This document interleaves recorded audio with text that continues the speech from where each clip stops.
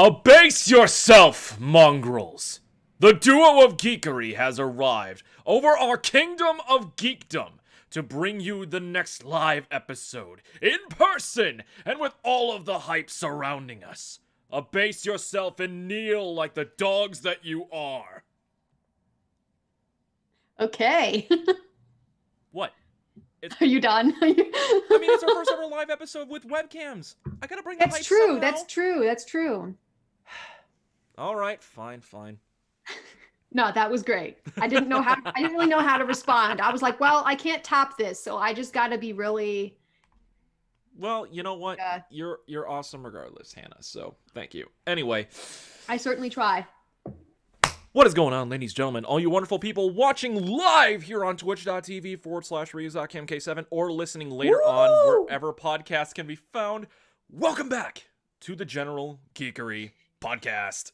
Yes. As always, this is the podcast where we love to geek out about all that we love to geek out about with no remorse, no regrets, and with all of the enthusiasm in the world. I wasn't expecting you to go full force on that. I didn't. I had no idea. Your inflection is always different, so I didn't really know how to. That's very true. That is very true. As always, we are your hosts. I am Donald Kaczynski, your resident coffee ninja by day, actor, gamer, and streamer by night. And joining me, as always, she is the dice slinger extraordinaire, the artiste magnificent, and Undertaker by trade, once upon a time. Ladies and gentlemen, Hannah Undertaker Kubiak. by trade, once upon a time. I thought I'd give it a try. Yeah. Ladies and gentlemen, she is Hannah Kubiak. Hello. And for only our second ever live episode, thank you guys so much for those tuning in right now. We greatly appreciate the support and everything in between. We are rounding off Anime April this month. We just started doing Anime April for the second year in a row. We went through a lot of different animes this past month. I brought forth Garden of Sinners. Hannah brought forth Cowboy Bebop. We had a special guest, Andrew Kelly of Tales from the Heliosphere, bring forth From the New World, which was a very good watch. But we decided to leave up our live episode discussion up to you, our fans, listeners, and everyone in between. So it ended up in a triple threat lock as to which one was going to be which. And ultimately, we had a revote. And here we are, ladies and gentlemen. For today's episode, we are going to be talking about the 2011 classic Fate Zero by Studio Ufotable and originally developed by Type Moon Works. Mm-hmm. Ufotable is the one that did Garden of Sinners, right? Yes. Yes? Okay. Ufotable originally started their first big production was Garden of Sinners, which was years before Fate Zero. But what really put Ufotable on the map as an animation studio was actually with the Fate series. Now, the meme would be more well associated with Ufotable as Unlimited Budget Works with the follow-up to Fate Zero, Stay Night Unlimited Blade Works, but that's another story for another time. So, like I said, Fate Zero was originally released. For those of you that have not seen the show, just some background for you. The anime for Fate Zero was originally released in 2011, and it is originally a prequel series to the much beloved anime Fate. Well, the Fate series originally started off as a visual novel series, which was written and penned by Kinoko Nasu, who we have discussed here on the podcast this past month due to the Garden of Sinners. Right, okay. He is the writer. I knew that. He is the writer. Yep, indeed. So he was the writer of the Garden of Sinners series. And with Sinners, he brought forth all these different terminologies and themes that would be recurring throughout all of his works, which would ultimately become known as the Nasuverse. Right. The Fate franchise, which he originally started with Fate Stay Night, is by far and large his most popular work. The influence of this series is insane.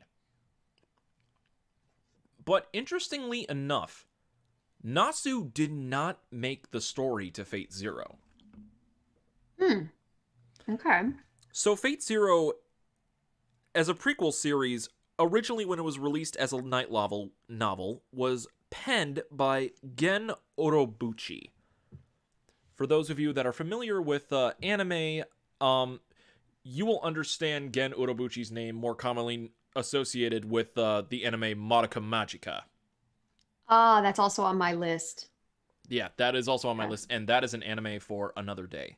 Yep. But and he has also worked on many other different series outside of anime, including series like in the Kamen Rider series, Kamen Rider Gaim. But that's a different style of show, and we'll get to that maybe another day. Who knows? But a common theme that is run throughout all of his series is Gen Urobuchi. A lot of his works focus on tragedy. There's always a very tragic element to be had in his works, and I'll say. And this was really This was a tough one. So he originally wrote the light novel as a prequel with Nasu's blessing, and the light novel eventually got adapted into the anime series that was released in 2011. I had first watched this show back in 2016-ish. I had a hiatus from anime during the beginning of my college years, and I started catching back up through then. It was thanks to my good friends. Shout out to my friends Dove, Yusei, and Hana, who are all streamers. I love you guys. They got me back into the Fate franchise through all these different anime, and Fate Zero was the one that I went in on. And I had not rewatched the entire series until this rewatch go through when this was chosen. So yeah. Cries and Kadia. Oh my goodness, chat. All right, I'm distracted because I'm playing with the chat when I should be talking. So I'm like, oh yeah, I gotta, because no, they're talking about one of my favorite character arcs, so I had to. No worries, no worries. I had to go in there. So, of course, this was Hannah's first time watching the series, right? Mm-hmm. Yep. As Yeah. usual, when we discuss an anime, it is usually my first time watching it. And this one again, I didn't do what I usually do. I Binge? finished watching it several days before today. So you didn't wait until the last minute like usual? No, I didn't. I waited until the last minute to think about what I was going to say because I needed that long to percolate on it. So So within the last 20 minutes, I was like, aha, this is what I'm going to say. So in other words, you gave it the Cowboy Bebop treatment. Yeah, I did. Yeah. That's awesome. We're going to call it the Cowboy Bebop treatment from now on when Hannah is actually prepared in a timely manner to discuss an anime. Make it so. Yep. Oh man. So, let's go over the world of Fate. We've discussed the Nasuverse in our Garden of Sinners episode. If you haven't if you guys haven't listened to that episode yet, definitely go listen to it. It's definitely worth a listen. He describes the bare bones of like how his world works in terms of magic and philosophy and mysticism. This the Fate series dives into that, but it also dives more into like the magic side along with mythology. Yeah. So the main bare bones of Fate, it is set. Fate Zero set in Fuyuki City, a fictional town in Japan, set in the 1990s. I forget the exact year off the top of my head. 90. I want to say I want to say 94, 96, somewhere in that time frame. Okay. Because there was a whole like 8 years later thing. Whatever. And basically, in Fuyuki City, through 3 families, started a tradition known as the Holy Grail War, where 7 different servants, which are heroic spirits, summoned throughout history, heroes from legend, mythology, whichever, are summoned in physical form to fight against each other in a battle royale to claim the Holy Grail, a wish granter and magical energy source of immense power. I'm really dumbing this down like as much as I can because like the inner workings of the Nasuverse are so batshit insane that it's tough to really explain it in a single sitting, but I will attempt to abridge it as best as I can. I mean, that's basically the premise. Right. You don't need to know that much about the Nasuverse to understand what's going on at the beginning. Like, I barely know anything about the Nasuverse, and I understood it. I was like, okay, so they all got to kill each other. It's like Hunger Games with famous people. Yep. And so I didn't realize that I thought that just the heroic spirits were going to fight each other. I didn't realize that the humans were going to try and kill each other too. That was insane. I was probably more interested in that than in the heroic spirits because they were already dead. They were just conjured up. But I was like, the real humans are like trying to kill each other too. I was like, oh my gosh, that's yeah. We learn more in Fate Zero compared to Sinners about how the mage world works and like how far people will go in order to gain the Holy Grail. Yeah, it's insane. Absolutely insane. So we come to our 7 classes. How the heroic spirit summoning works. There are 7 different classes that a heroic spirit can be summoned into.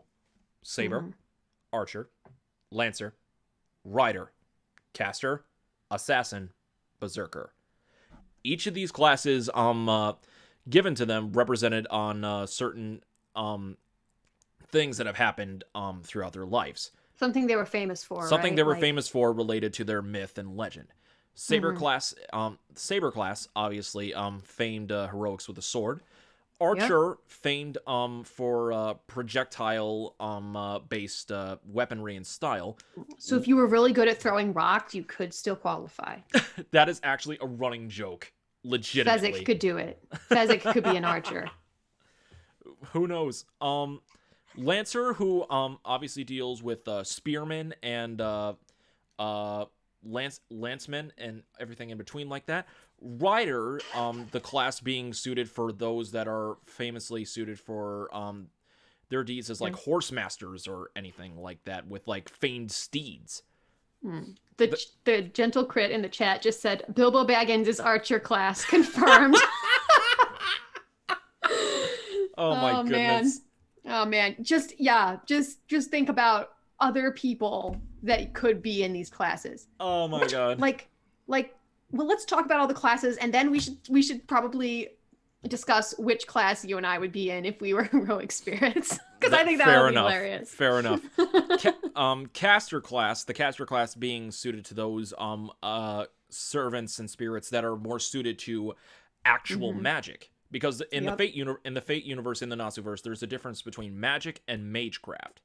Yeah, there is a distinct difference between that, but more on that later. Yeah. And don't forget the master poet, Caster's master. Oh my goodness. Caster's master. The master. That always made me giggle. I was like, that always made me giggle. They're like, Caster's master. I'm like, Caster's master. From there, you also have He's got a blaster. Oh my goodness. Shoot him, faster, faster. Oh my god. Anyway. So then we go to the assassin class. The assassin class being most suited for, of course, assassinations and sneak attacks. Then you have the Berserker class, which is arguably the strongest class of all of them, arguably, but is also the hardest to control, as that class is the class of something known as the madness enhancement, which is basically they are insane and almost uncontrollable. So, yeah, I forgot about that. They put that madness enhancement into it. Yeah. Yeah, it's placed. But yeah, the Berserker and his master, like, I never really saw. I don't think we ever saw them talk to each other or discuss. He was just like, well, also because if Karya, you're just all full of bugs and dying and just miserable all the time, and then you have this uncontrollable servant. You're almost just kind of like, I don't give a fuck. Just do what you want, I guess. Like, I'm just gonna sit here shuddering against this wall. Pretty much. Oh gosh, that poor guy. Oh god. I hate the Mato family with a passion. Oh. Ew. If you think it's worse than that, oh my god, check out the freaking Heaven's Feel route in Stain Night. That is a trip. But yeah, that might actually have to be a thing for another day. Yeah, there's just something about like a character who like degenerates into a physically horrible condition throughout that kind of like that reels you in. It's not a character arc. It's a character plunge. Yeah, pretty much. Yes. So we character deep V, if you will. Yep. Oh my god. All right, so let's talk about the master and servant pairings. We'll start off with our main with our main pairing. The Saber class and Saber master. The master, of course, being Daddy Kiritsugu Emiya. I will address him as Daddy Kiritsugu because he is a father, damn it. That's right. He is a father. He's an actual father. Played in the English dub, because Hannah saw the English dub, by the incredulous Matthew Mercer. Incredulous? Incredulous, incredible. He goes by many awesome names. See, I didn't actually realize that was Matt Mercer until the second season. That's kind of... It took me that long because I was looking up... why was it? Because I recognized Wendy Lee right away. And I was like, I gotta confirm it's Wendy Lee. And I looked up on IMDb and I was like, oh, yeah, Matt Mercer. Wendy Lee. And then, of course, the Saber servant that he summons alongside his wife Irisville is, of course, the King of Knights, King Arthur of Britain, who is a woman whose true name is Artoria Pendragon, or Altria, depending on your source material, whichever one you know. Yeah. It's okay. It's okay. I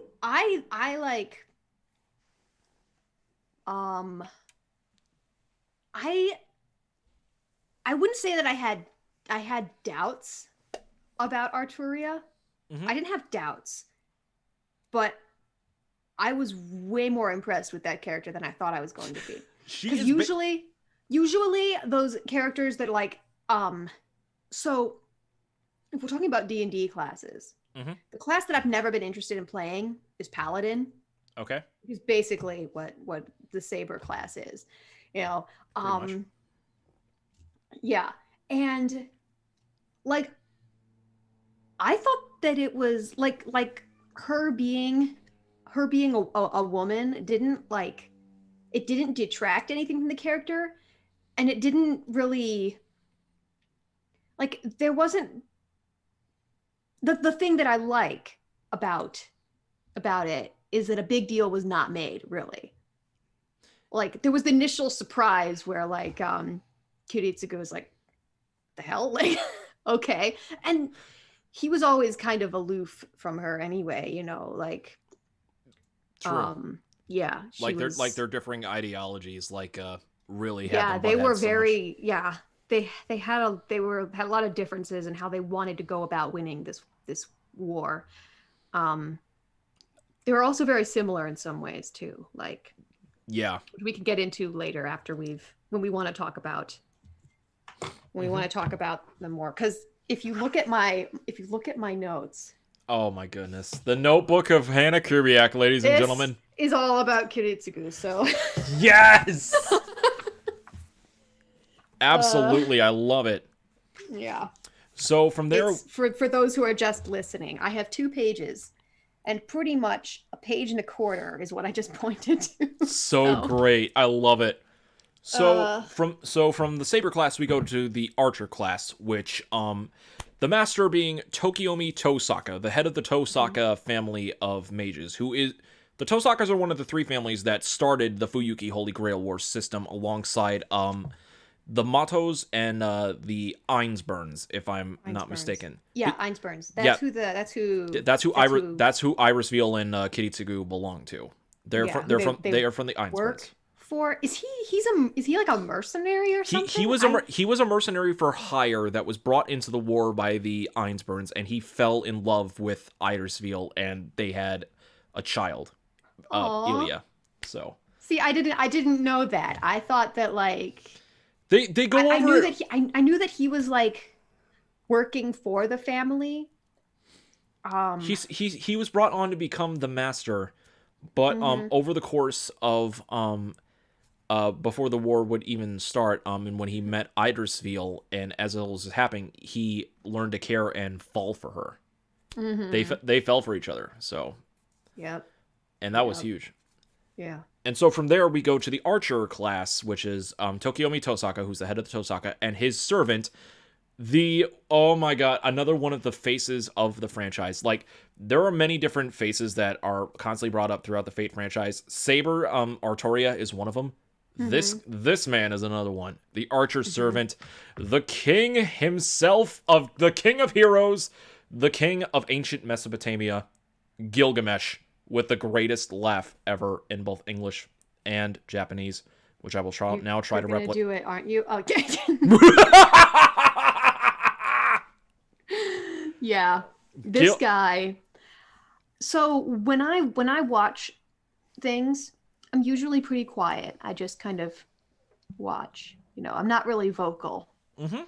Um, but pretty much every time in this show, when I would react to something, it was because Gilgamesh had said something that was just so snobbish and over the top, and I'm like, just get over yourself, man. Like you're such an ass. Like it was funny, but also I was like, okay, maybe I've just known too many narcissists. I just can't handle it. I'm just like, okay, just part of it comes from like I his wish I wish that everyone loved you as much as you love you. Like Hannah, believe it or not, like the entire franchise loves him. He is the primary I loved to narcissistic asshole. despise him. I loved to despise him, honestly. Honestly, there are actually some parts of Fate where he's actually a primary protagonist and actually a really good hero. Like, believe it or Really. not. Okay, so he returns. He through circumstances like he does like return. Oh, well, he did regenerate at the end and was just like sitting nude on that rock, which you had to do at some point. I mean, why? I mean, it's fate. Why not? I mean, it's fate. It's Type Moon, and Type Moon originally used to do eroge ecchi stuff. So you know what? Go ahead. But yeah, no, when what's his name woke up after the explosion, and he just like looks up and there's Gilgamesh just sitting on a rock, and you're like, why are you here? And they're like, well, to show off my glorious body, obviously. Well, that's not what he said, but he may as well have. Damn it, Kirei. Gilgamesh becomes a hero? I don't believe you. I mean, he technically is a hero. He's the king of heroes. Yeah. He's a heroic spirit for a reason. You can be a heroic person and not necessarily be a person anyone wants to spend time with. So from there we go to the third master servant pairing. The master being Lord El Malloy Archibald, Lord Caneth, who is a high-ranking mage of the Clock Tower, which is the Mages Association, the governing body of mages settled in London. That's right. He was a professor. He is one of the lords of the Clock Tower, and he originally was going to summon the Rider Servant, but through circumstances like we'll get to in a moment, he ended up with the Lancer Servant. He is the Diarmuid of Duhin, from Celtic lore, one of the Knights of Fianna, who he was one that I hadn't heard of. I didn't know who he was supposed to be. I was like, well, he's Celtic, and that's cool. There are a lot of heroes from Celtic myth, and a lot of them appear in Fate. Stay Night had probably the most... Stay Night being the follow-up to Fate Zero, probably had one of the most famous Irish heroes of all time in the form of Q Culane. So... But Diarmuid had an interesting story arc through it, as basically he... served his lord. He's trying to redeem himself for the actions that caused his downfall in life, so by basically just serving his lord, right? And that ultimately came under a lot of fire because to Diarmuid's pain, he has a magical love spot underneath one of his eyes where women with weak magical resistance will instantly fall in love with him. And such a thing happens. We all know how that is. And such a thing happens to Caneth's wife, Sola Ui, to the point where he was really damaged and he couldn't continue. She basically tortured him in order to gain his control over Lancer. That's right. That was cold. That was so cold. Because Diarmuid, he was staying like loyal to his old master, Caneth, and then and she wanted him. She wanted him for herself because the love spot fell in love with him, which ultimately was basically like a recreation of the thing that happened in his legend that the wife of his captain fell in love with him. I believe. I hope I'm not screwing this up, but that's basically what ended up in the fall. I think that's what happened. Yeah. Which basically ultimately ended up in the fall of the Knights of Fianna, and he has probably one of the worst tragedy, basically cursing everyone because everything played out again. That basically caused the same thing again. Oh yeah, because she the wife of his master fell for him, and that caused the downfall of their entire faction, basically. But yeah, that was a cold scene when it was clear that she didn't care about her husband anymore. She never did. It was basically an arranged marriage from the start. Yeah, well, he had been shot with an origin round, which basically meant that his magical abilities just kind of combusted. Thank you, gun torn magic. Apart. Thank you, gun magic. And so he was basically crippled, lying there on this table, and she comes up to him and she's like, "You're gonna give me the command seal," and she snaps his finger and stuff, and she's like, "Come on, oh dude, you're going to," and it was horrible because you're because you're like, this guy, it looks like he has almost nothing to lose, at least his wife is with him. No. Nope. it's like, oh hey, it I don't care about you at all. Snap. Mage society is a cruel one. A cruel, cruel, cruel one. Ay caramba. And also, I dodge a kick from my chat. What up, War? How you doing? Glad you could join. So from there, we go to the Rider faction. This is probably one of my favorite Master Servant pairings ever. It's pretty great. First of all, we have the Master Waver Velvet, who was a student of Lancer's master. He stole the artifact that Lancer was going to use as the catalyst to summon the servant. Or that Kenneth was? That Kenneth was going to use to summon his servant. But Waver stole it and summoned it himself. And he ended up the third king in this entire thing. The King of Conquerors, Big Daddy Iskandar!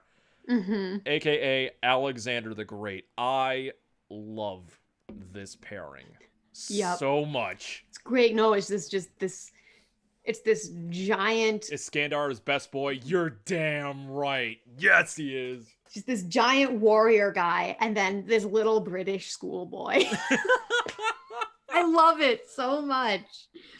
They are such a comedic pairing, but it's also like a sign of like respect and love and admiration for one another, because you see, Waver was not someone that gained a lot of he was not shown a lot of like love, compassion, or even like acknowledgement. And the servant that he summoned in order to basically get that through the power of the Holy Grail, he basically got all the admiration and respect and the confidence.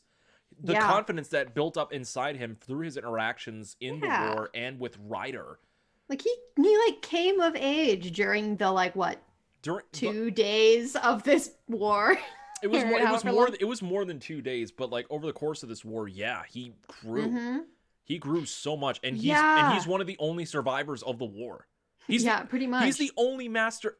He's one of the only 2 masters that survive. Well, yeah, because he stood by his guns, and he was he's one of the he was like noble and loyal to Iskandar's final request to him and stuff, so much so that Gilgamesh like respected him and he respected them both. Mm-hmm. For Gilgamesh to do that, and Gilgamesh is one of the most overpowered characters in the series. Like the thing is, he does not try if he does not respect you.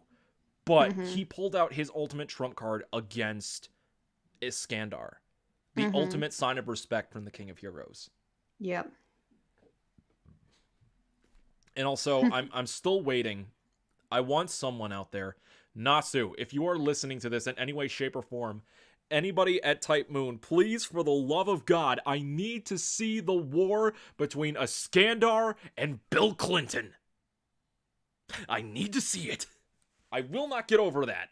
You can explain to me why. Okay, so at a later time. So basically, early on, Iskandar is doing research on how things have changed in the modern world, and he watches documents on America, and he said, Bill Clinton will be my greatest challenge. I'm like, how is there not a fan comic of this? How is there not a fan comic of this? Figure out when this thing takes place, then. Oh my god, I need this. So we go from a dysfunctional one to probably the best master-servant pairing, scarily. And this pairing is terrifying. So, we have Ryunosuke Uryu, who he's the only non-mage in this war. He doesn't come from like any kind of magical heritage. He basically summoned his servant by mistake and by accident, but he is a serial killer that summons out another deranged madman in the form of Bluebeard Gilles, the caster servant. They don't really care about the Holy Grail War, do they? They just want to kill as many kids as possible, right? Well, originally, Gilles wanted to win the Holy Grail in order to resurrect his love, Jeanne d'Arc. For those not familiar with history, Gilles de Rais served alongside Joan of Arc in the 100 Years' War, so he was familiar with her, more familiar in Fate, not to that extent, God no. But still, he was familiar with her, and through Fate's through the history of Fate, he basically practiced like black magic and summoning demons and things like that, and of course murdered and kidnapped children, which was actually based in like the accusations that were levied against him in life. Yeah. So there were rumors about that, like through actual history itself. Oh wow. Yeah. But he And wanted his little obsession with Saber, thinking that she was Jeanne d'Arc, that was hilarious to me. It was just like it's like, dude, let it go. Like, she said she's not. And you can't argue with insanity. He's just like, oh no, you forgotten who you truly are. You can't it's insanity. It'll screw you up.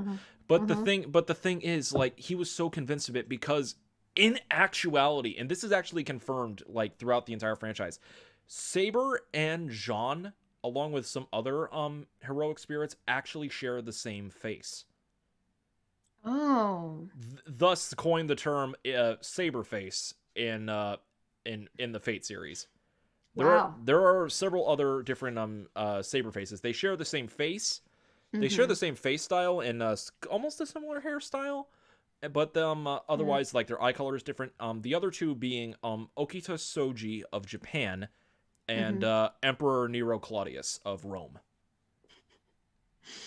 Wow. I'm not joking. That could it also be attributed to just like laziness on the part of animators, or no, apparently there is actually an explained thing in the lore, but I don't remember it.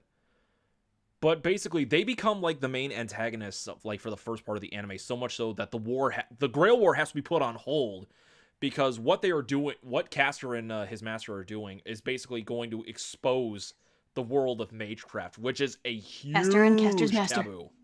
Castor and Castor's master. Castor and Castor's master, indeed. Oh my God, why did I say it? Now my chat room has gone umu. Why did I mention Nero? I'll explain later. Okay, yeah.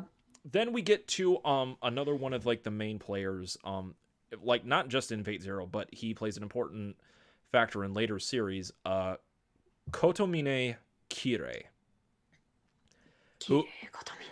Who is the son of who is a priest who is the son of the elder churchman who is overseeing the entire Grail War, and he is the master of assassin. Yeah. Now, this is the thing with most assassins in Holy Grail Wars. A lot of them are basically the former leaders of the cult of assassins in, I want to say, Persian lore. Okay. And they each inherit the title Hassan-i-Sabah. And there are different... That sounds so cool. There are different ones. The one that is summoned by Kirei is known by the fanbase as Hassan of 100 Personas.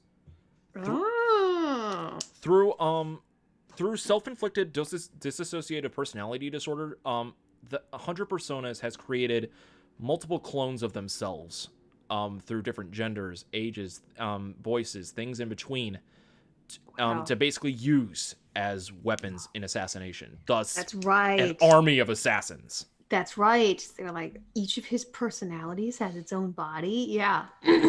So that's why there was all that confusion when one assassin got killed, and everyone's like, well, I guess he's out of it. I don't know. And then there was like... Yeah, and they kept seeing assassin... 99 more. Yeah, they're like, wait, I thought assassin was killed. Yep.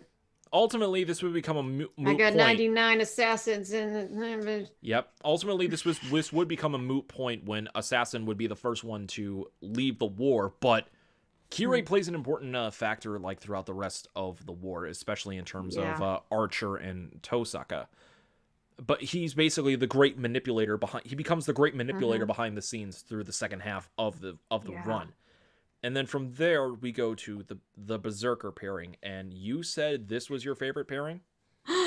Yes. I can kind of understand why. So, the master Karya Mato the Matau family, Matao. Mato, Matao. Mm-hmm. whichever you pronounce it. There's Ikaria Matao. Matau. The Matau family is also one of the three originators of the Holy Grail War, with Zokin, the patriarch of the family, actually being one of the people in charge of actually starting the Holy Grail War. Yes, he is ancient being. He is that damn ancient. Old as fuck. Pretty much. And basically he was smitten with Archer's Master, Tokiomi's wife, Aoi, because they had been childhood friends and he loved her, but ultimately he decided against Karia. Yeah, Karia loved her, but she chose Tokiomi.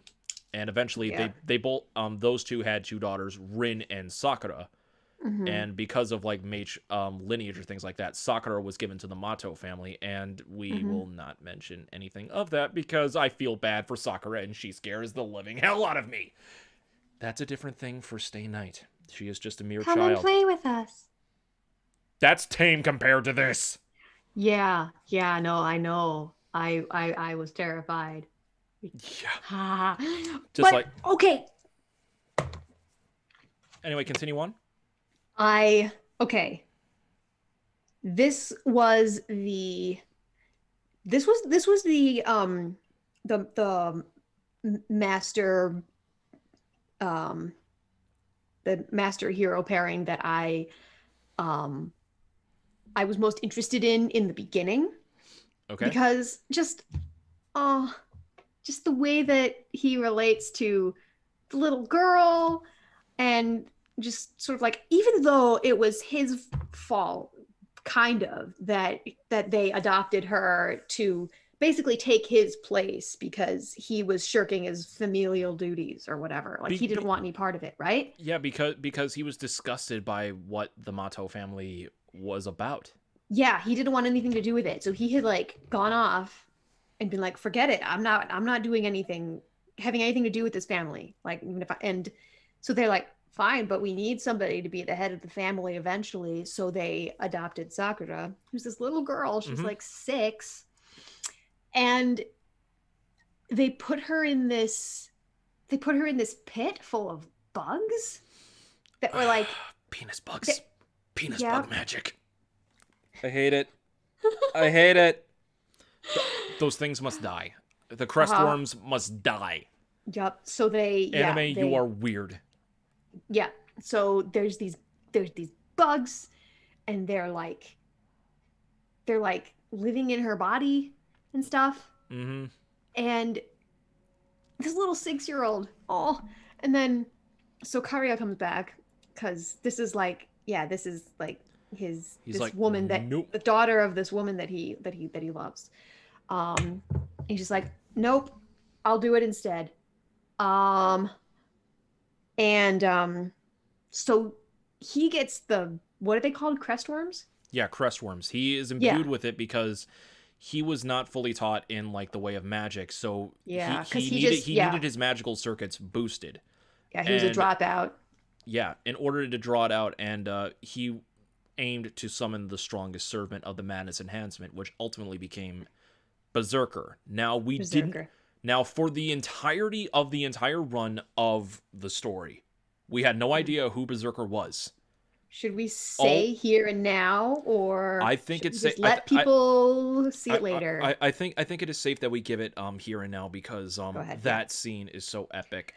Yeah, I'll be putting a spoiler alert in the audio thing for this. So cool. Okay, yeah, the Berserker shows up at like the first battle, right, between Saber and Lancer, which ultimately becomes a meeting of all the servants minus Castor.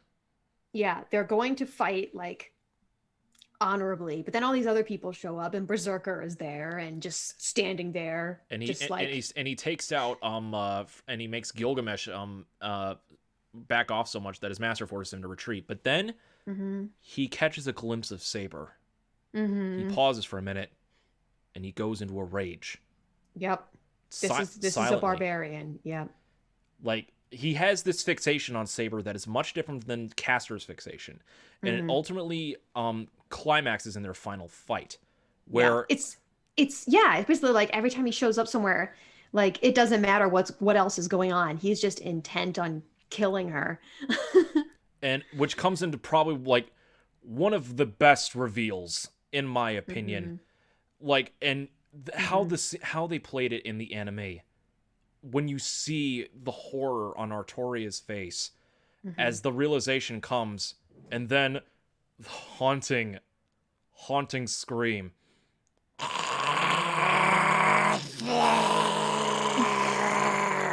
was pretty good. Yeah. The black mist fades. The sword of Erendite is shown. The identity of Berserker is none other than one of the trusted knights of the round of King Arthur's court, Sir Lancelot of the Lake. I was like, oh, fuck. See, just because he looked like a knight, like he had like he had a helmet with a visor and he had like armor, like basically just looks like the Black Knight. None shall pass, but with all this creepy mist coming off of him. Yeah. I thought from the first time that he freaked out when he saw Arthur, I was like, okay, they know each other. But I thought that he was maybe like an enemy nation. I thought he was maybe like Mordred or something. It never occurred to me that he was actually Lancelot. But then I was pleasantly surprised. So like immediately when that happens, you think, but the madness enhancement class, like how is like Lancelot would be someone that would be suited to something like Saber or maybe even Lancer, but how Berserker? But then you think about the Arthurian legend about how Lancelot actually had an affair with Arthur's wife, Guinevere. Yeah, Guinevere. Which ultimately caused the downfall of the Round Table. But he was never punished for it. And it is actually said in his inner monologue during his final moments that because Arthur forgave him, he could not forgive himself. It was a madness and insanity that was brought upon by himself because he could not forgive himself for what he did.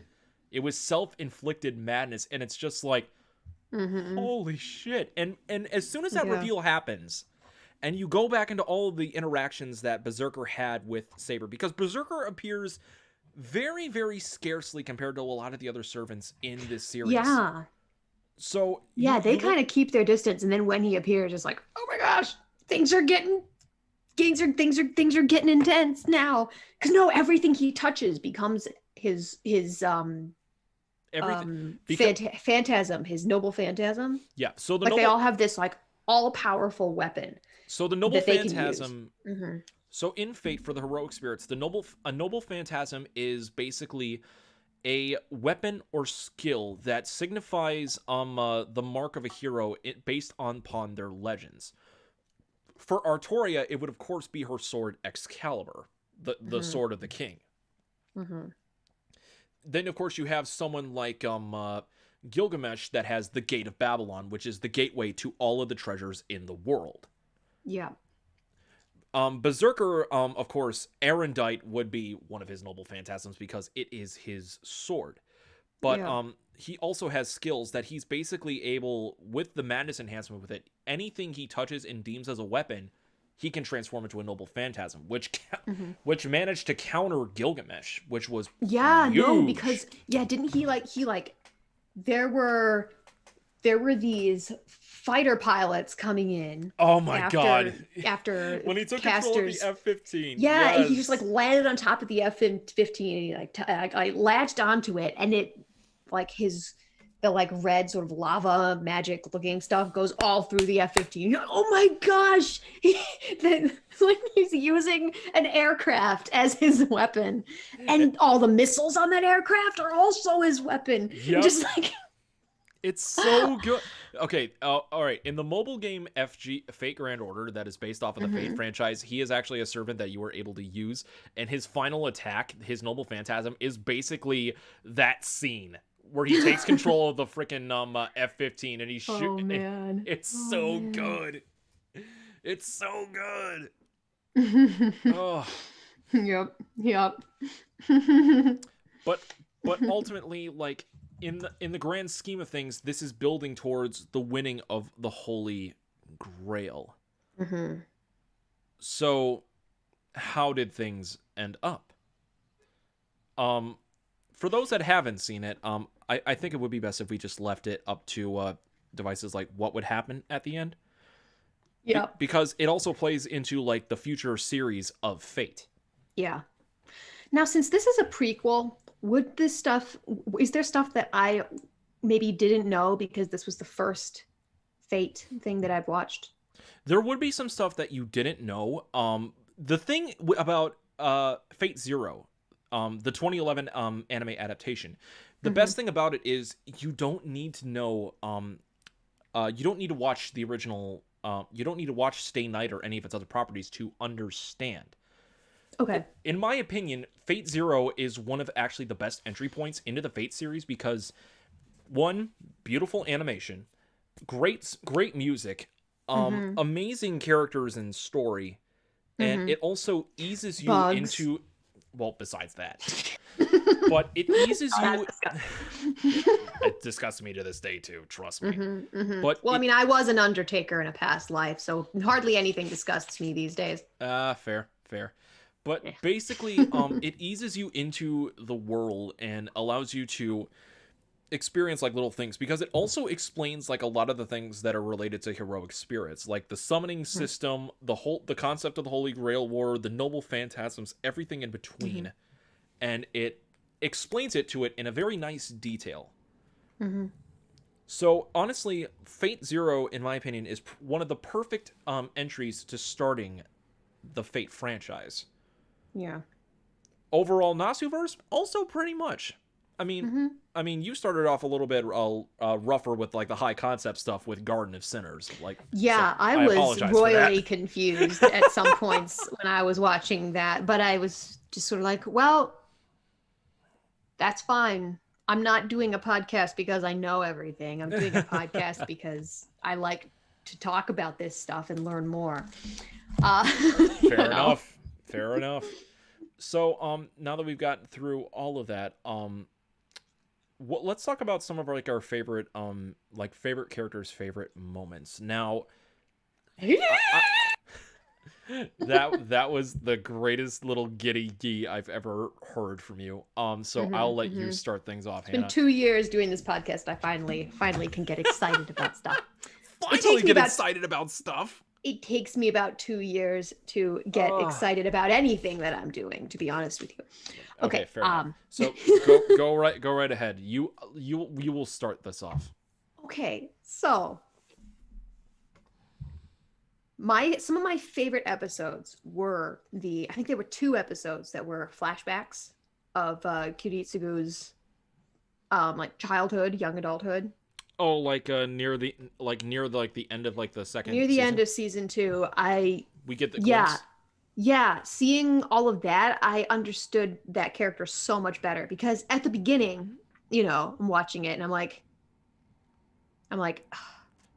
this guy is a gun for hire. He doesn't care. He's always like he doesn't even really associate with his heroic spirit. He's kind of just off in the shadows. But Just this sort of like jaded, unemotional presence, just basically just like doing a job, But then, well, no, that's just what I thought initially. True, fair. So, I was kind of like, okay, yeah, he's got this really like cold exterior and stuff, but as a storyteller myself, I kind of am like, okay, there's probably more to him than that, so I'm just gonna keep watching. And I was not disappointed. So the whole question, I think, of this show is like, how much will you sacrifice to save the world, basically? because that's what he wants to do, is he wants to like create, or what he would wish for when he got the Grail would be a world without conflict or war. Yeah, Um, it's something like a lot of people like had to deal with. Like, how much do you give up to obtain the goal of mhm. the Grail? Yeah, yeah. And And and it each of it them all is answered. started it all started, I feel like, in well, in the flashback when he was a little kid, when his friend Shirley asks him, "What do you want to be when you grow up?" A hero. Um, I want to be a hero. And but for reasons that you learn later on in the flashback, he's kind of, at this point, he's become sort of like, even in his own mind, a a um like a tool in the grander scheme of things. Like there's this, in order to make the world a better place, in order to rid the world of evil, his solution is to destroy the evil. Mm-hmm. So destroy, like destroy the murderers, destroy the bad people, destroy those who do harm, all that. Mm-hmm. um, Starting with his own father when he was a little kid, who basically, through all this experimentation, brought about this plague, basically kind of like a. They remind me of World War Z zombies, the way these people behaved when Oh yeah. plague got a hold of them. Mm-hmm. And basically to end that, like, just regardless of how it is for him personally, Kitsiguru always always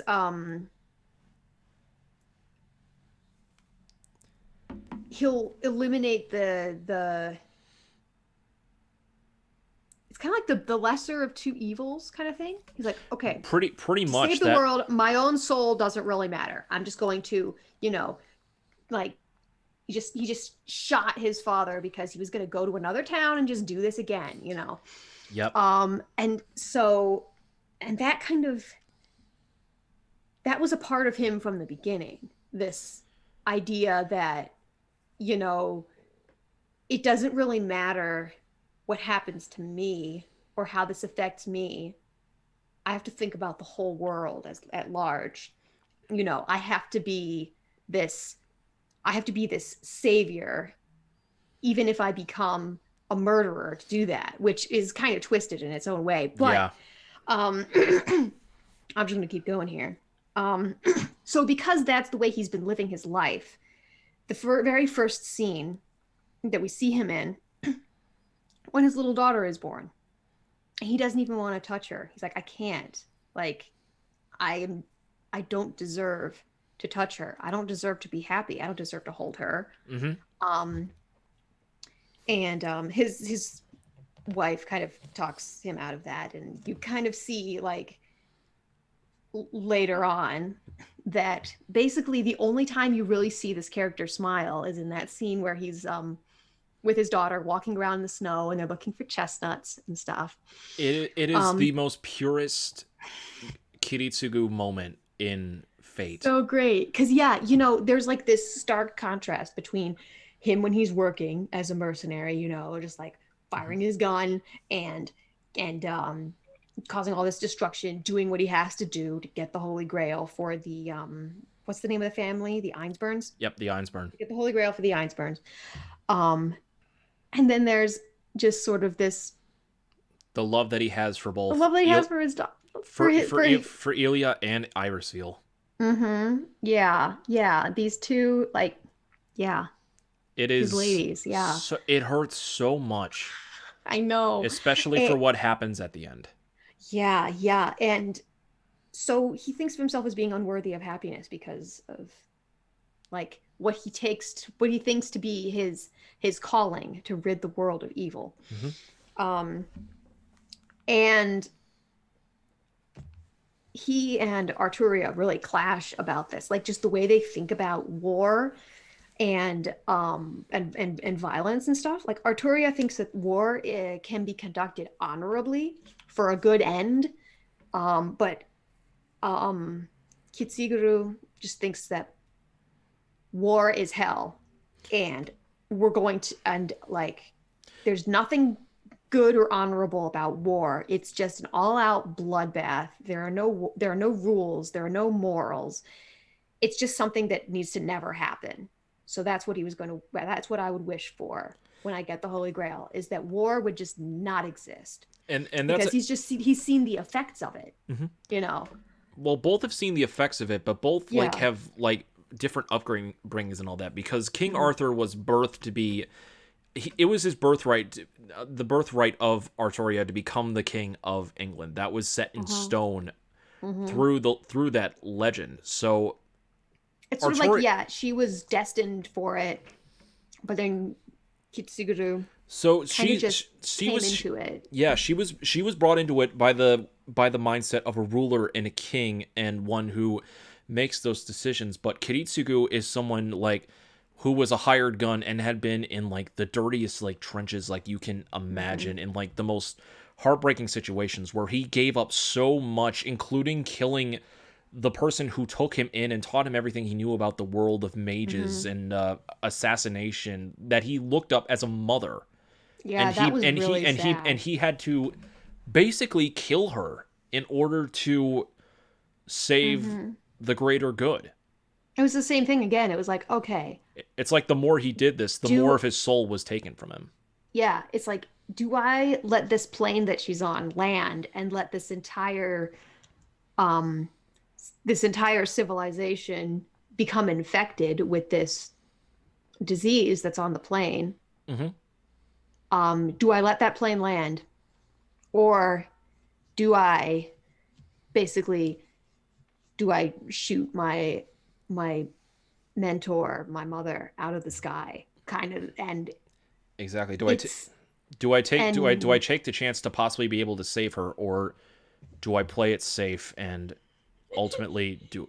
It's so rough.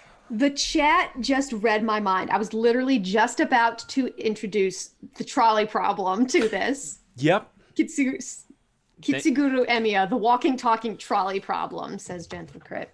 Yes, exactly. Because, yeah, when he, like, near the end, when he gets to, I think, talk to the spirit of the Grail or whatever about what he would ask for. Angry Manu, or as we in the Fate jokingly call him, Angry Mango. Angry Mango. That's great.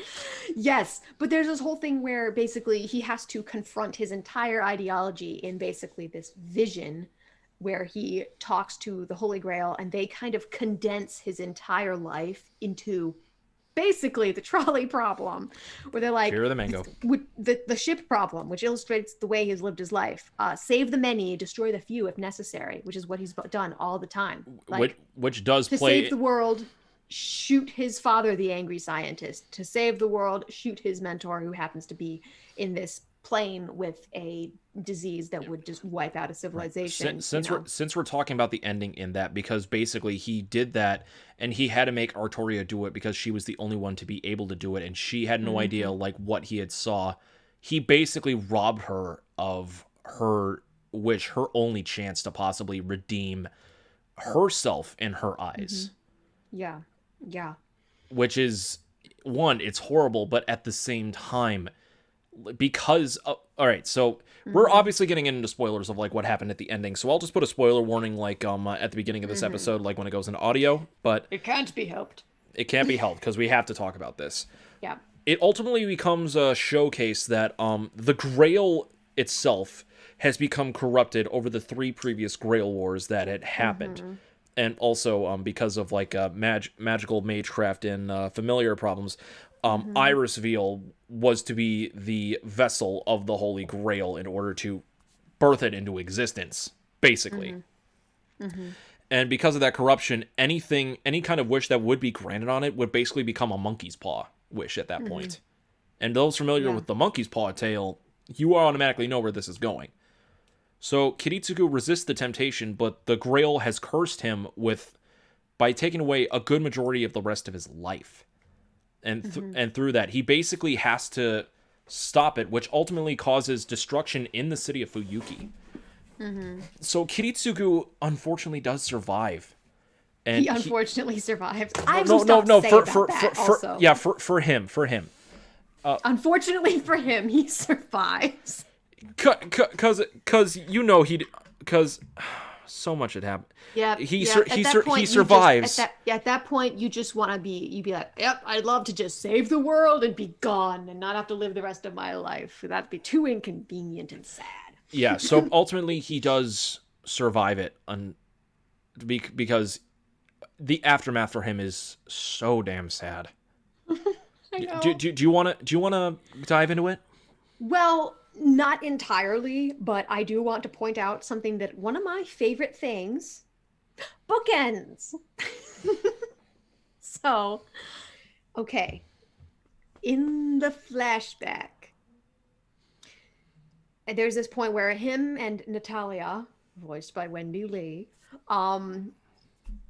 they're like in this war-torn country or something, and they are, taking shelter from all of these bullets and whatnot.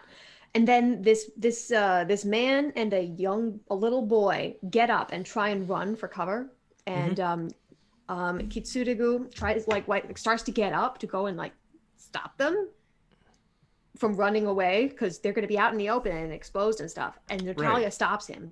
Those people get shot and killed. And then the next scene you see is him cradling the body of this dead little boy who was shot in this war zone. And there's this whole thing about like, I don't remember what they talked about, but that image was just really striking to me. And and then just at the end, when the city of what's the name of the city? Fuyuki.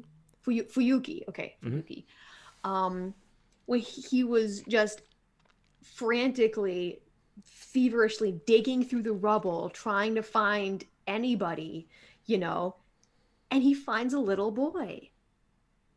And I thought that was just so amazing because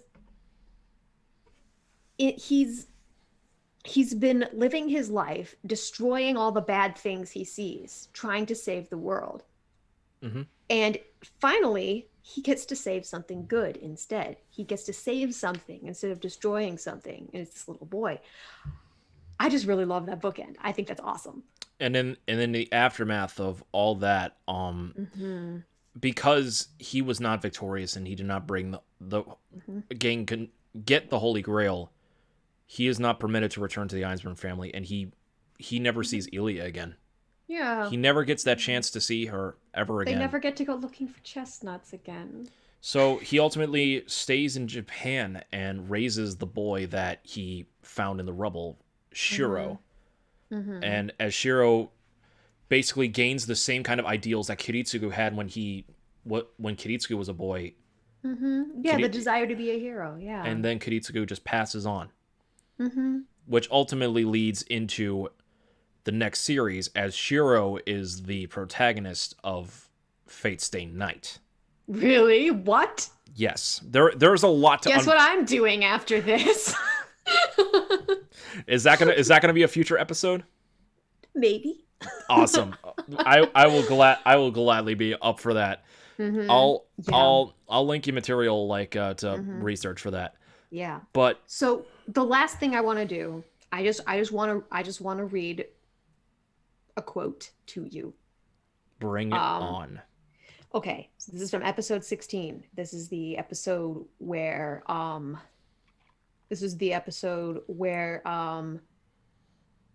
Kiritsugu eliminates Lancer, Diarmut, and Kenneth El Malloy through devious means, which we're kind of like, we think that, oh my gosh, that was so cool. that was brilliant on his part. Yes, that exactly. was brilliant. I know. I was like, oh, that's so cool. I'm like, Kiritsugu, so you cold-hearted I was like, Kiritsugu, you beautiful criminal. You beautiful cold-hearted son of a bitch. Yep. It's like, yeah, it's just like, do whatever you have to do.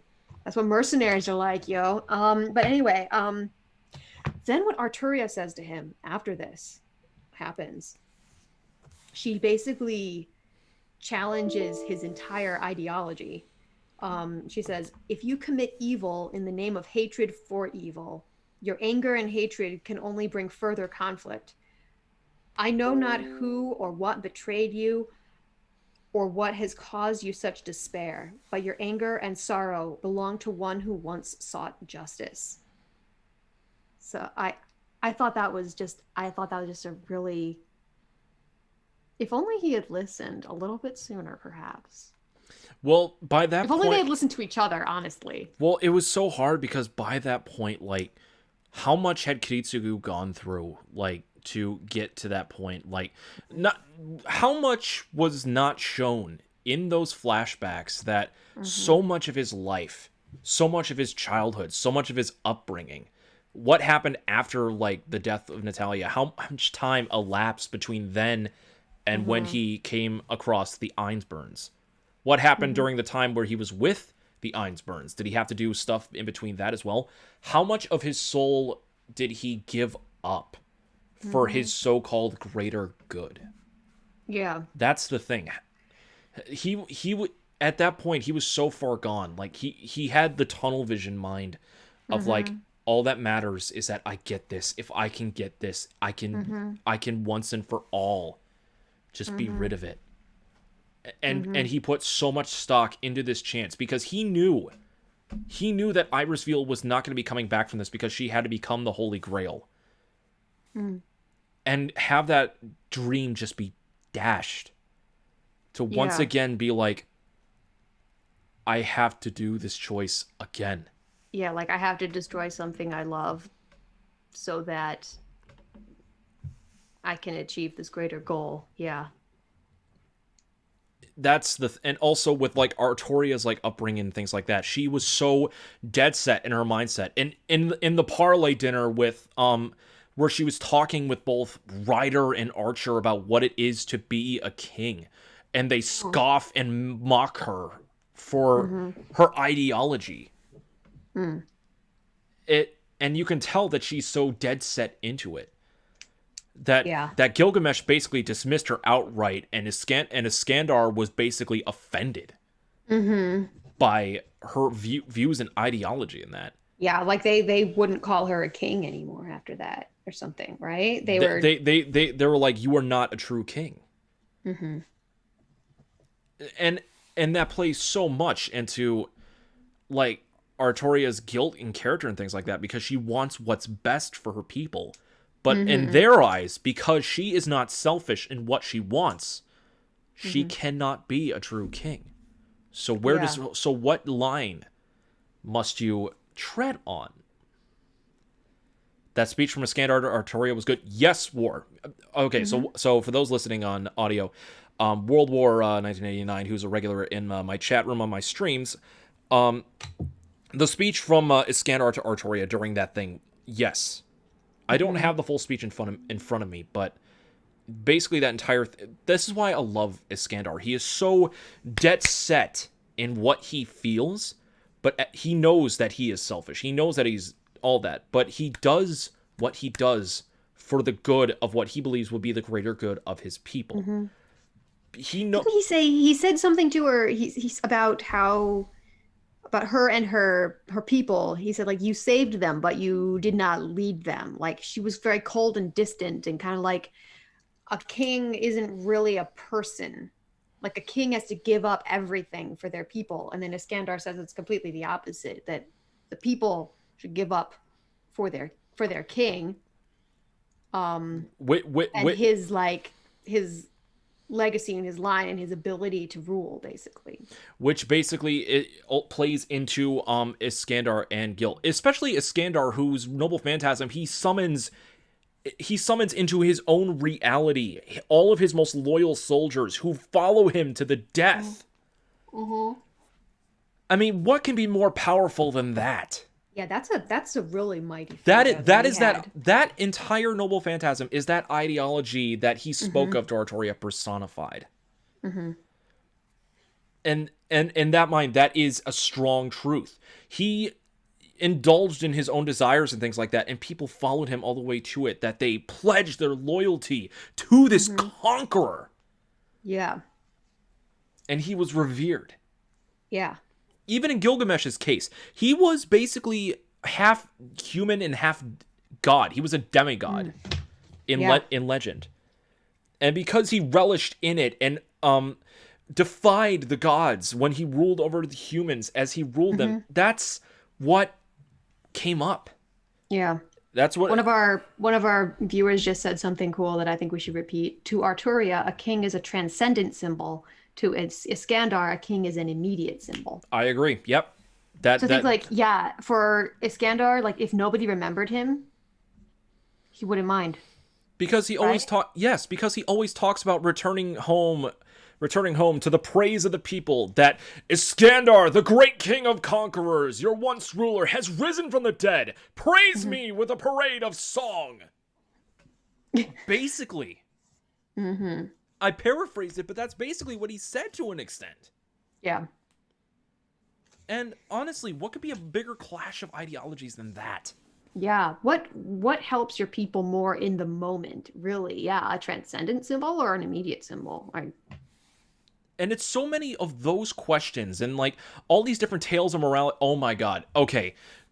The scene where Castor and his master are talking to each other because Castor is expressing his rage at God for every wrong that he has done him. But Ryunosuke, Castor's master, said basically God is a giant jokester, that everything that he has done, all this tragedy, all these like little comeuppances, all these tragic and horrible things done throughout history, it's all one big joke to the Almighty. And he convinces Castor that it's all just a grand stage, that killing in this magnitude. And it's just like, oh my god, they are insane. Yep. I thought, that it was so ridiculous and sad when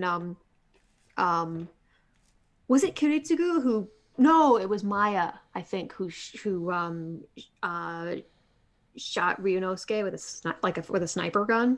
Yeah. While he was just standing on the and he died laughing because he saw his own blood and he was like, this is what I've been looking for the whole time. It was always with me. I was just looking for my guts. I was just like, what the hell? I think he is the only one in this entire series that actually gets to die happy. He died happy because he got to see his own guts first. Like, it's so fucked up. Messed up. Oh man. Oh. This series is so damn good.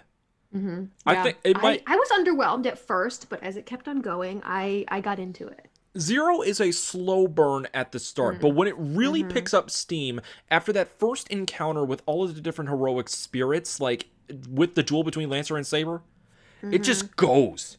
It just goes full forth and it does not stop.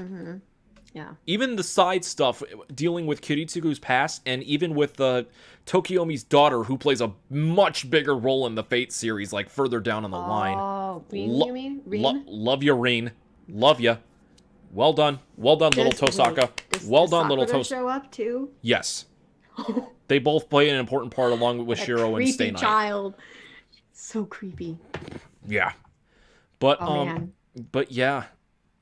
My god, like Zero, I always recommend Zero because Zero is straightforward and it knows where it's going and it does not compromise.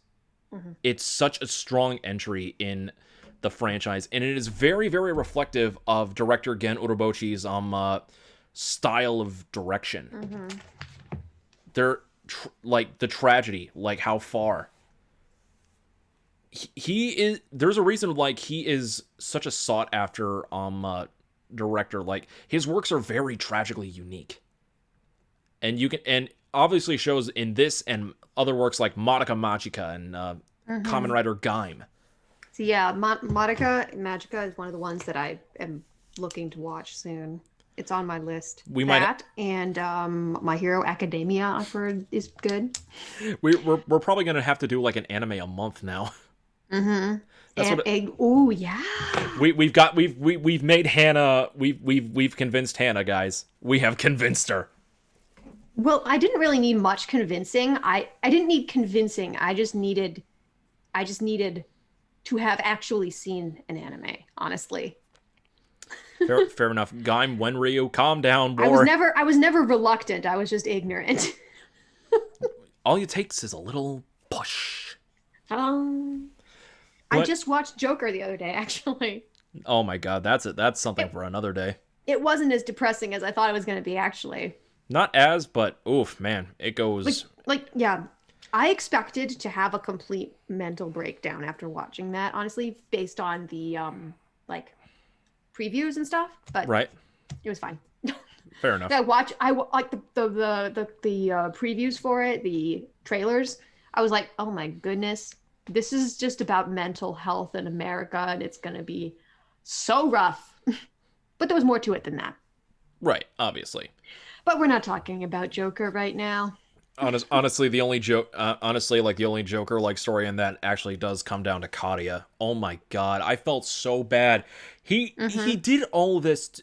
He is the only good Matao like character in Fate. Yeah, I really, his intentions and like wanting to basically at the very beginning seeing I made a mistake, or like not that he made a mistake, but just that somebody else got punished because I didn't want to have anything to do with my family. Someone else is being punished now. I got to do something about it. I got to save this little girl.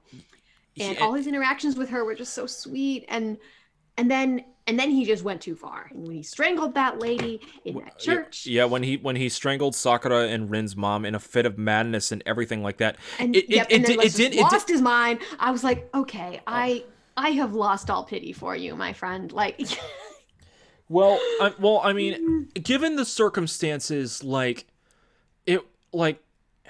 he was already under a lot of mental stress because of like having to deal with the supply mana to Berserker. Not to mention on top of that, he had bugs living in your body and having bugs living inside of him and having all that happen on him. Yeah. He prepares himself. You're likely to not be at your best when bugs are living in you. He prepares himself. Then he prepares himself like through a deal to fight against like one of the men responsible for putting Sakura in the first place, her own father.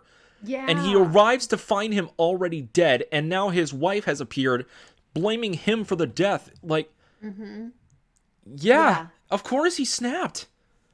And it's so bad. It's just like it's understandable that he would go insane. It's understandable why he would go insane. You may not. You can't condone him going insane, but understanding like how everything led to that, I can't help but just feel bad. If all of that happened to somebody and they didn't go insane, I'd be more inclined to think something was wrong with them, honestly. Right. Like, he's a very real person.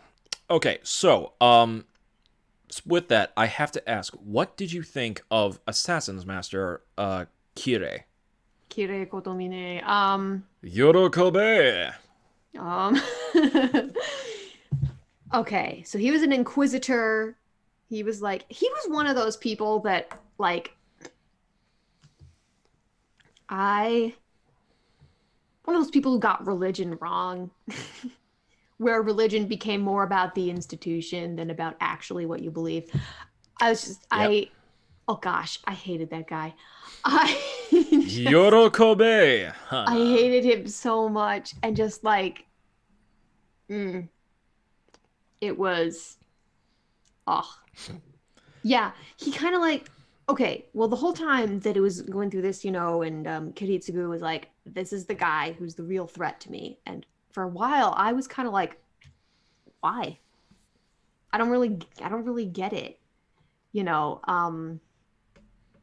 but he ended up being a pretty formidable opponent in the end. Like, their last, like, the showdown at the end was those two. And that was one of the reasons why I thought maybe I need to like have seen something else in the Fate franchise to understand why he's so dangerous. But yeah, he was a mage slayer was why. He was an inquisitor and a mage slayer. He returns in Stay Night. He returns in Fate Stay Night. So we're not done with Father Kirei. Oh goodness. We're not done at all. Father Kirei, not because he has children, but because Yorokobe Shonen. because he is part of the corrupt clergy. Fair enough. As a religious person, I have a particular dislike for the corrupt clergy. Religion is weird in Fate, I must admit. So, in any final conclusions about Fate Zero? Nothing really, except Time Alter. Square XL cracked me up. So, if I ever met Matt Mercer, I'd ask him to say that. Nice. To me. Square XL. So, would you recommend Fate Zero? How highly would you recommend Fate Zero? Not as much as Cowboy Bebop, but pretty close. I don't know if anything will come close to Cowboy Bebop for me, honestly, because that changed my life, but... Fair enough, but I will say, in my opinion, Fate Zero is one of the strongest animes to come out of the 2010s decade. Very easily. So, I do highly recommend people, especially if you hear a lot about the Fate series and you want to get into it, start with Fate Zero. This was the series that really put the Fate franchise more on the map to a wider audience as opposed to like more of a niche kind of thing. And because then you got the people that it's like, oh, then you have other Fate series like Fate Stay Night, Fate Apocrypha. You have a mobile game called Fate Grand Order. Oh my god, what is this? Wait, these are based on games? Definitely Fate Zero, I would say, is the perfect entryway to this franchise. In my opinion. Yeah. But I highly recommend for our listeners to, if you haven't seen it yet, definitely go watch it. What are you typing in this chat? I made the mistake of trying to do math to explain what Square XL means. And I just revealed my own ignorance to the entire 8 people who are watching now. Who says, how does that math even work? And I say, it's like 2 times 2 as opposed to 1 times 1, I think. I think we can wrap it up here now. I just realized 1 times 1 is still 1. Oh my god. Oh, jeez. I never said I was smart when we started this. Hannah, bless you. Bless your heart. God, I love you. I am blessed every day, my friend. God, I love you. Oh, I think we can wrap it up there. Yes, please. Fair enough. Before I make a bigger fool of myself. Guys, thank you so much for watching. For those watching live, thank you guys so much. For those listening later on, thank you for listening to this episode of the General Geekery Podcast, our second ever live episode. If you guys want to see these episodes live whenever we do them, definitely check out my personal Twitch page at twitch.tv/RyuzakiMK7, where we broadcast these live. I will be uploading this live episode onto my personal YouTube channel at Anime Rev Productions. That is youtube.com/Anime Rev Productions, where you can also find a playlist of all previous episodes of the General Geekery Podcast.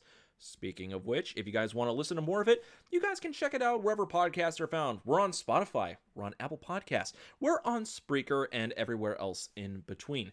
If you want to follow us on social media, check out Gen Geek Podcast on Twitter and Facebook, and at General Geekery on Instagram.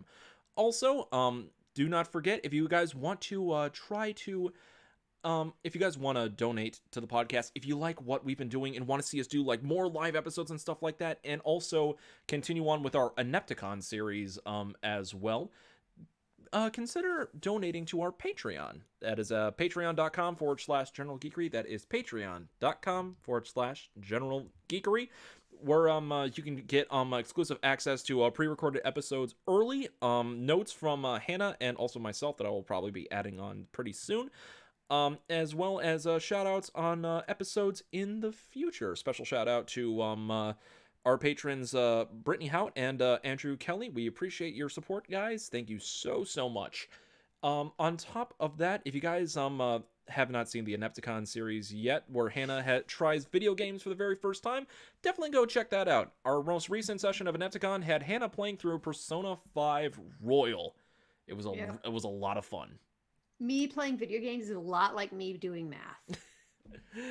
It's just as fun, and it's always a great experience.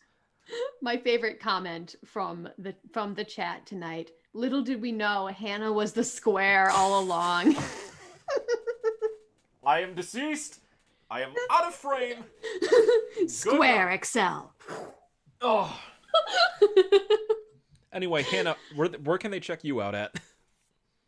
Oh, well, you can find me rolling dice with my party every Monday at 7:30 Central on twitch.tv/loaded dice adventures. It is a weekly continuous campaign, homebrewed. I play Petra, the Dragonborn Ranger Rogue.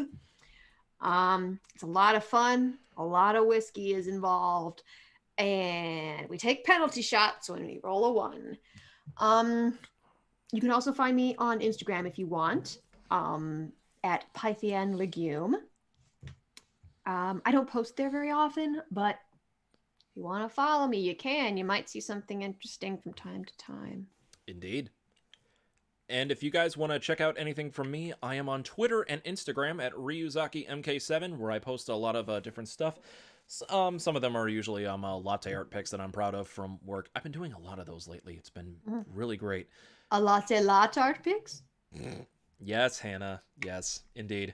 Also, you guys can check me out on twitch.tv/RyuzakiMK7 as well. I play a majority of different games. Most of them are RPG based, but I always love having a lot of fun with my chat room, enjoying stuff. I'm currently planning on doing 1 day a week doing some random streams, which is I'll just we'll choose a random game system at random, and I'll play a game from that. So mixing it up a little bit, gonna have a lot of fun. Twitch.tv/RyuzakiMK7. I stream a couple different nights a week, so definitely go check that out. Guys, thank you so much for watching. This has been episode 77 of the General Geekery podcast, wrapping up Anime April 2021, all about Fate Zero. Thank you so much for those of you who watched live. It's been a lot of fun. We greatly appreciate it. For Hannah Kubiak, I'm Donald Kaczynski, and for our first live Clink Clink on stream, I came prepared. We both came prepared. So until next time, guys, always make sure to keep your command spells handy. Burn every single crest worm in sight. Mm-hmm. But always Square Excel. Indeed. And always remember to keep your geek on. Always. Clink, clink. Yes! So good! Woo. Bye, audio listeners. Bye. And for those of you watching live, thank you guys so much for tuning in. We greatly appreciate it. Thank you guys so much for making this live episode of General Geekery so much fun. It's been so nice to finally do this a lot more. We greatly appreciate it. We need to find somebody to raid to pass the stream along to. Oh, yes, let's. You know what? Is Viking Boyo still going? A friend of mine is part of a Dungeons and Dragons stream. Oh, yeah, sure. Do you know Viking Boyo? Could you type the name in the chat so we could, Yes. Thank you. Appreciate that. And then here comes a wild BB. Chat, don't even get me started. Don't get me started. Viking Boyo, all one word. Okay. Mm-hmm. I think so. Wait a minute. Let me see if they are still on. Mm-hmm. Yes. Yeah, they are. Okay, it looks like they're doing a D&D campaign. Yeah. All right. Okay. Let's start up a raid for Viking Boyo. Yeah. Okay. So everybody get ready for the raid. I greatly appreciate it. There we go. Is that Prepare the same? for the raid. Raid incoming. I'm just making sure that this is the right making sure that this is the right person. So give me a quick second. Yeah, it is. All right, it is? Okay. The graphic is the same. Okay, good. Wait, so when it says here leave, should I leave or should I stay? Should I stay or should I go? Stay. Okay. All right. So, guys, thank you so much for tuning in. We're gonna go ahead and raid Viking Boyo. You'll see me next on Sunday. I'll be doing 2 streams that day, so definitely come check it out. And hopefully, we'll see you guys next time on the General Geekery podcast. Bye, everyone. Bye.